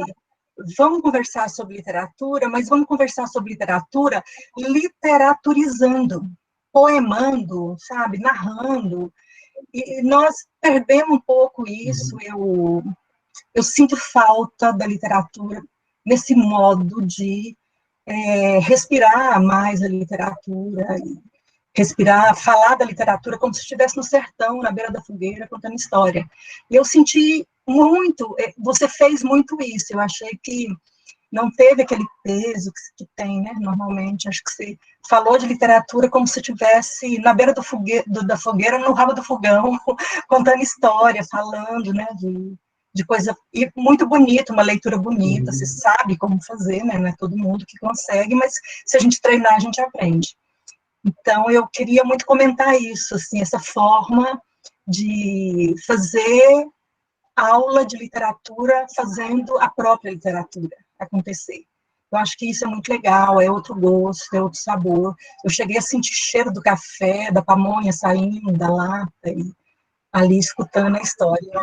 Isso é muito bom, eu gostei muito, eu acho que isso é muito bom, eu gosto disso. É um comentário, não é propriamente uma pergunta. Obrigado, Taneta.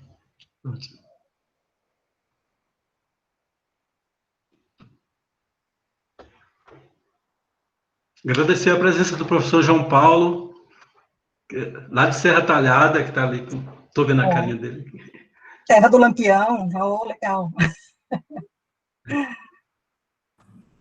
Cheguei tarde, mas cheguei, Wilson, para te ver. Um beijo, Tarsila. Quanto tempo? Quanto tempo, meu bem. Bom te ver. Também. Tem pergunta aí, Tarsila.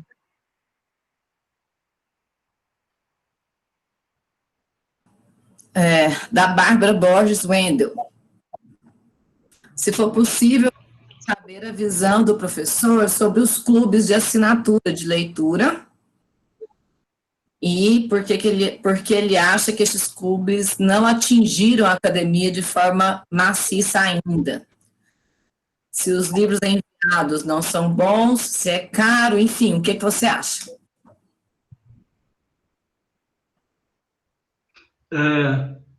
Eu vou passar essa, que eu não conheço mesmo desse assunto. Desculpem. Desculpa, Bárbara, se quiser descrever, mas eu vou passar porque, de fato, eu não conheço. Acho que tipo aquela tag livre. Que não atingiram tal ponto, não atingiu a minha. Né?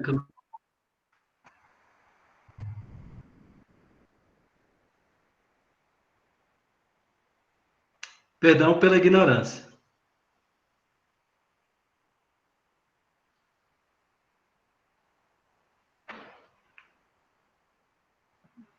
Eu vou mais, parece que a coisa está se encerrando. Eu queria compartilhar uma coisa que eu tenho vivido agora, assim.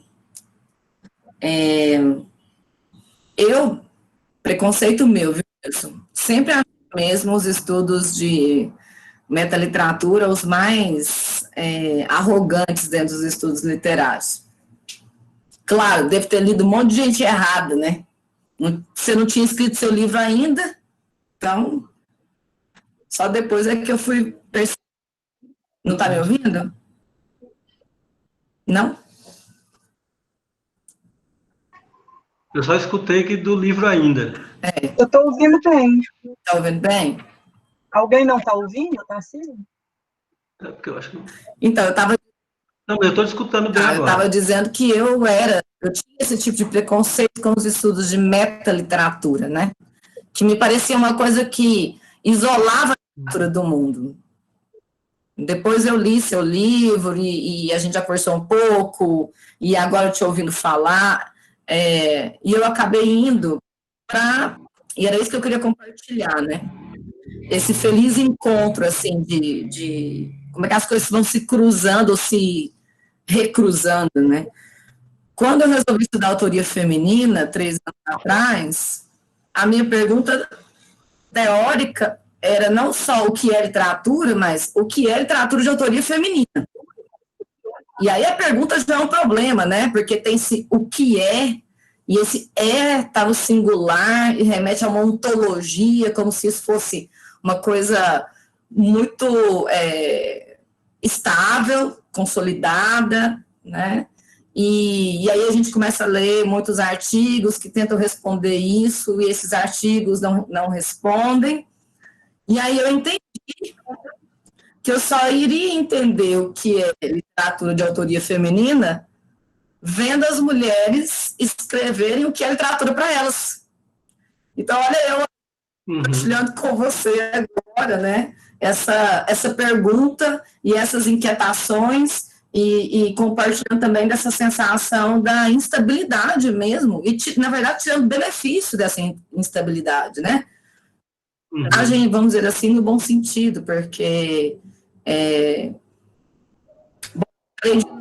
os homens, de uma forma geral, não que eu não gosto desse cânone mais, tem coisa boa, mas é porque eu precisava me dedicar, né, a esse lugar que eu escolhi. E aí é uma coisa muito impressionante como as mulheres contemporâneas, as autoras contemporâneas, elas dedicam muito espaço textual na sua produção para pensar o que é literatura. Eu estou falando até de quantidade mesmo, assim, de metaliteratura que aparece na autoria feminina, assim, né? Uma necessidade de investigar, de indagar, de elaborar também, né? De criar uma nova resposta para essa pergunta, né? É isso. Era só para compartilhar mesmo.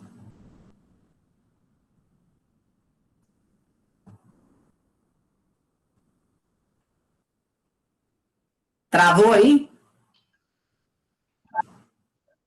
Não, tá normal. Não, agora deu. Porque ficou todo mundo em silêncio. Muito feliz.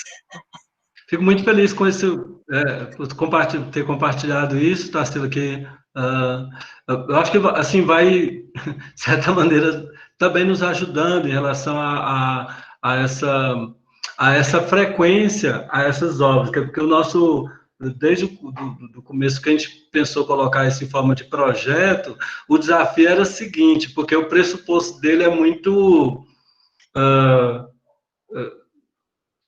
amplo, né? Quer dizer, por quê? Porque a gente está falando do que eu costumo chamar de verbete teórico. Eu estou falando que tem um conteúdo lá que é né, estrutural, de certa maneira, da literatura. Então, as provas dele precisa estar, né, na leitura de várias obras. Então, não pode ter preconceito com a obra, é o que vier, o que tem que ser. Mas, assim, eu acho que essa coisa, esse nosso despertar para essas representações de identidade, que agora né, aparece mais, é um benefício, que, a meu ver, aqui, de mão dupla nesse sentido do que eu estava querendo dizer.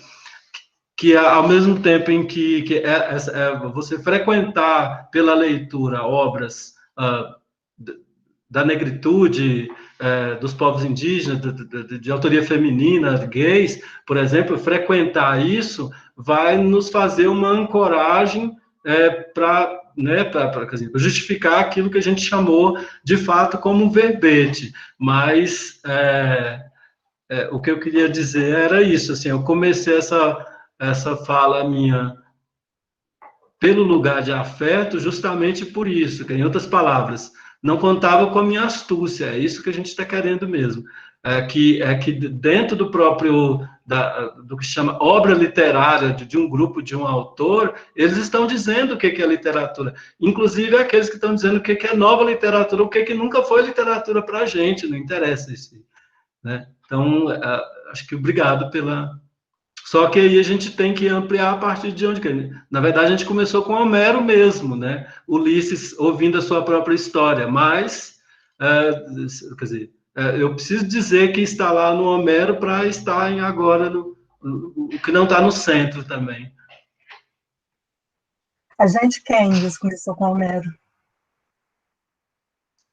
A gente, o grupo de estudos, é porque quando começou o grupo de estudos, a gente teve que a gente não, a gente começou a estudar metaliteratura com Homero. Aí eu falei, por quê? Para a gente dizer, olha, está lá no centro, está lá na inauguração das coisas, como está em Dom Quixote, mas também está em Aviões do Forró, né? E em vários outros dizeres da literatura se dizendo. Assim, veja, que aí, estruturalmente, o objeto, pelo menos do que a gente está fazendo no projeto, dos estudos de metaliteratura, não é a militância, quer dizer, não está na militância, mas é por isso que eu estou dizendo, não contava com a minha astúcia, nós estamos aqui. E aí, por isso, o meu lugar de afeto me exige dar resposta à contemporaneidade, principalmente para dizer que nosso estudo não é estudo de arte pela arte, né? Nem estamos advogando por ela, da arte pela arte. Então, a instabilidade, ela está sendo percebida, né? Nesse momento, ela está sendo percebida. Quando você conversa, eu tenho um texto maravilhoso aqui, que a gente ainda não tem autorização, eu faço umas artes, assim, de vez em quando, né, gravar primeiro, perguntar depois, mas tem umas coisas que eu levo a sério, você tem cuidado. Então, eu estou com um texto maravilhoso, que eu não tenho autorização ainda para mostrar, que é uma aluna nossa de graduação indígena, questionando, né, o que é literatura e por que o que eles fazem no povo dela não é literatura, e também ela questiona a linguística, ela questiona tudo, ela questiona muita coisa. Ela deixou a gente, assim, isso foi o ano passado, e ela deixou a gente meio... Eu parei e falei assim, gente, eu acho melhor a gente dar um tempo, voltar em outra vida, e depois a gente volta a conversar, porque foi muita coisa, muito questionamento. Então, a gente vê, porque a desestabilização de teorias, de conceitos, isso não é só na literatura, né, isso é em todas as áreas que a gente for conversar, isso é uma coisa do nosso tempo. Mas, para alguns povos indígenas, para algumas pessoas, isso, nós chegamos tarde com a conversa, entende? A gente chegou um pouco tarde com a conversa, então... E aí eu fico pensando, assim, por que a gente não dialoga mais, ou escutando mais? Eu acho que nós temos um problema de escuta. Eu não sei, eu acho que onde você está, talvez a coisa seja até um pouco mais potente, seja mais fértil a escuta. Mas em determinados lugares nós temos um problema muito sério de escuta. Nós queremos falar demais, e quando nós escutamos, nós pegamos aquilo que nós escutamos e colocamos dentro do nosso frame já de entendimento, e aí não resolve nada, entende? Então, essa moça, ela está na graduação, ela mal chegou na metade da graduação, ela olhou para tudo que a gente estava fazendo e pensou assim, gente, mas que bobajaiada é essa? O que é isso? Eu acho que a gente tinha que fazer outras coisas, vocês têm tudo, assim, eu fiquei tão espantada que ela falou, vocês têm tudo e não faz nada com o que vocês têm. A gente não tem nada e faz muita coisa com nada que a gente tem. E aí eu parei para pensar sobre isso e realmente eu entrei em crise. Não só eu, um monte de gente, a gente entrou muito em crise, porque é aqui, mas é o que você estava falando quando você foi dialogar com a Tarsila. É muito cômodo, né, a gente ficar quieto, só repetindo as coisas, é muito cômodo, a gente acaba caindo nisso também. E tem também, eu acho que as negociações das vantagens, né, a gente precisa negociar muito. E aí eu fico pensando mesmo em CAPES, em tudo que a gente precisa fazer, nos modelinhos que precisa cumprir, e a gente acaba, dá um cansaço, a gente acaba cumprindo, e só preenchendo eu acho que a astúcia, às vezes, ela precisa ter um pouco de ar para respirar, porque a gente acaba só preenchendo as caixinhas, né, vai preenchendo caixinha, preenchendo, aí é o Chaplin lá, né, torcendo parafuso, e vicia, né, então ser parafuso. Então, às vezes, precisa ter alguém para dizer, mas que tanto de bobagem vocês estão fazendo, e para que isso? Para que tanta bobagem? E agora, então, né, todo mundo está doente, todo mundo está morrendo, e você nem sabe se vai estar vivo amanhã, e está aí fazendo essas bobagens. Então, eu acho que é uma coisa para a gente pensar mesmo, mas em tudo, quando eu penso em educação, quando eu converso, né, com os povos indígenas sobre educação, sobre práticas pedagógicas, quando a gente conversa sobre literatura, sobre linguística e tudo, a sensação que eu tenho é assim, nós estamos chegando tarde, querendo uma coisa que que eles fazem, nós dissemos para eles que não era bom, tinha que fazer outro modelo, e agora nós vimos que o modelo não serve, e estamos lá querendo ensinar para eles um modelo bom, que é o modelo que eles sempre fizeram, que eles têm tecnologia, e a gente está chegando lá tardiamente para dizer, olha, eles, oi, isso aqui é o que a gente sempre fez. Estamos chegando tarde com a coisa, sabe? Isso me dá um pouco de angústia. Não, isso me dá muita angústia. Eu dei aula de literatura 6 anos, larguei a literatura, fui para linguística, porque eu queria fazer isso que vocês estão fazendo agora, e não podia fazer. E na linguística foi muito pior. Porque a linguística é a forma... a linguística descritiva é a forma. Então, eu não sei, aí, qual que é a minha conclusão? Academia, a questão que a moça levantou ali dos clubes de leitura, que a academia não nos permite. A gente, tem que ter essa astúcia. Nisso, acho que a questão vamos levar a astúcia às últimas consequências. Acho que esse é meu aprendizado de hoje com você, Nício. Astúcia, porque, olha, tem que ter muita astúcia para fazer da academia um lugar criativo. Porque a academia não nos permite fazer nada que a gente queira fazer. Eu quero seu livro, agora eu quero ler seu livro. Quero ler seu livro, quero saber como é que é esse negócio da astúcia, que eu quero aprender esse negócio direito.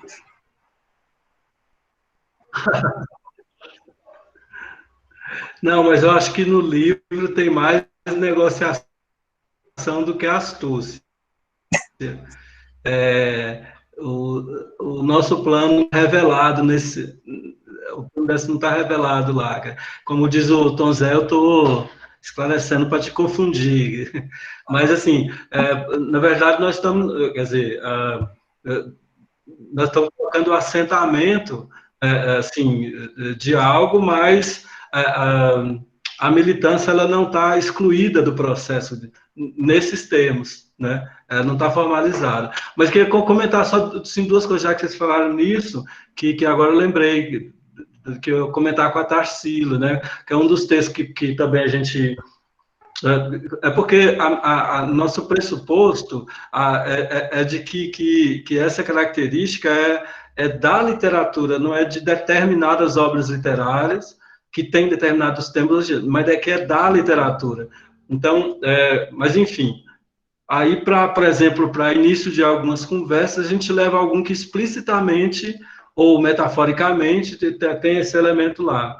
A gente lê, por exemplo, um poema do Patativa do Assaré, que se chama Aos Poetas Clássicos, né, que aí estava aqui no negócio, mas eu vou ler duas estrofezinhas para vocês, nem vou cansar, que aos poetas clássicos, e ele diz,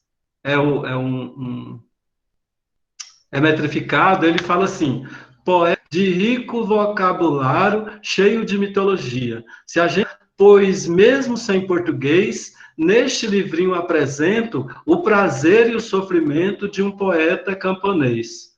Sou um caboclo roceiro, sem letra e sem instrução. O meu verso tem o cheiro da poeira do sertão. Vivo nessa solidade, bem distante da cidade, onde a ciência governa. Tudo meu é natural. Não sou capaz de gostar da poesia moderna. Então, quer dizer, Nesse poema ele faz essa denúncia, né? Quer dizer, ele está justificando a sua poesia, mas fazendo uma contraposição. Só que como é que eu olho para esse texto e falo que não é poesia?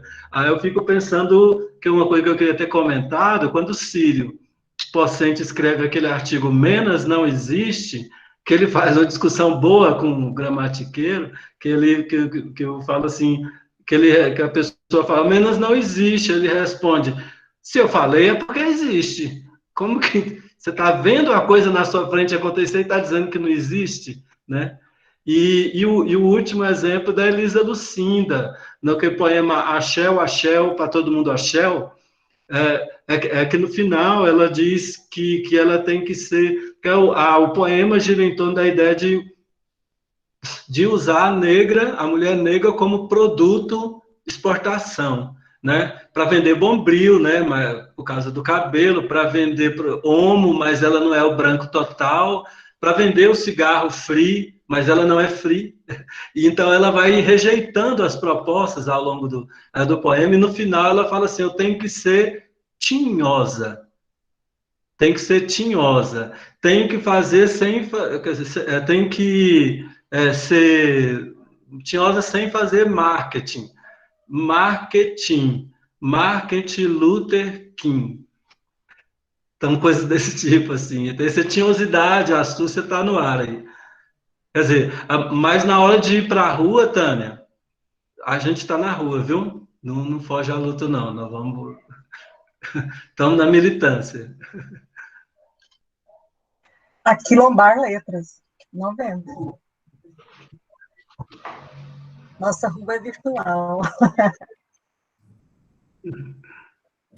Bom, acho que a gente pode encerrar, né? Queria agradecer a presença da Poliana Queiroz, que comentou aqui sobre as políticas públicas de inclusão, que tem levado diversidade, questionamento à universidade.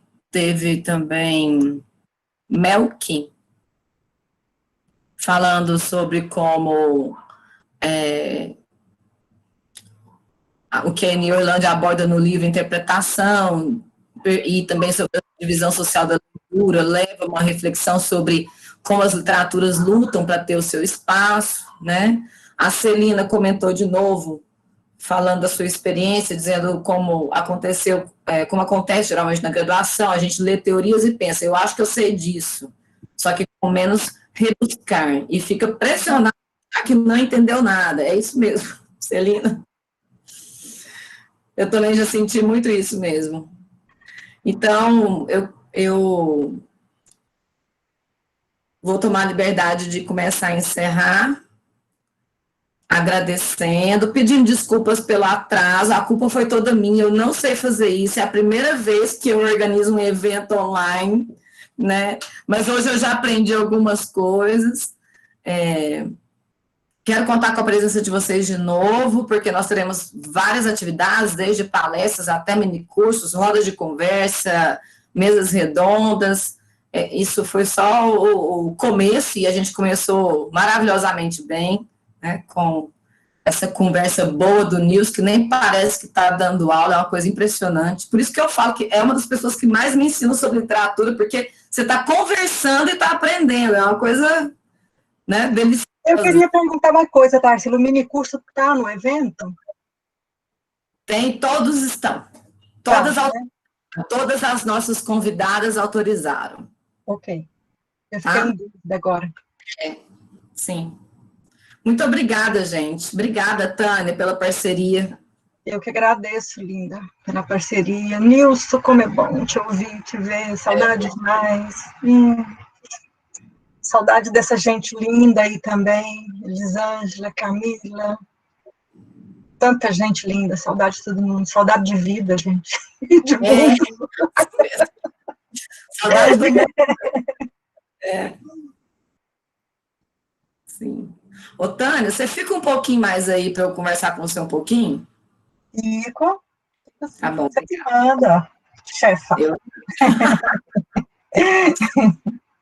Gente, obrigada. Beijo, gente. Wilson, obrigada. Obrigada. Obrigada, Elisângela. Obrigada.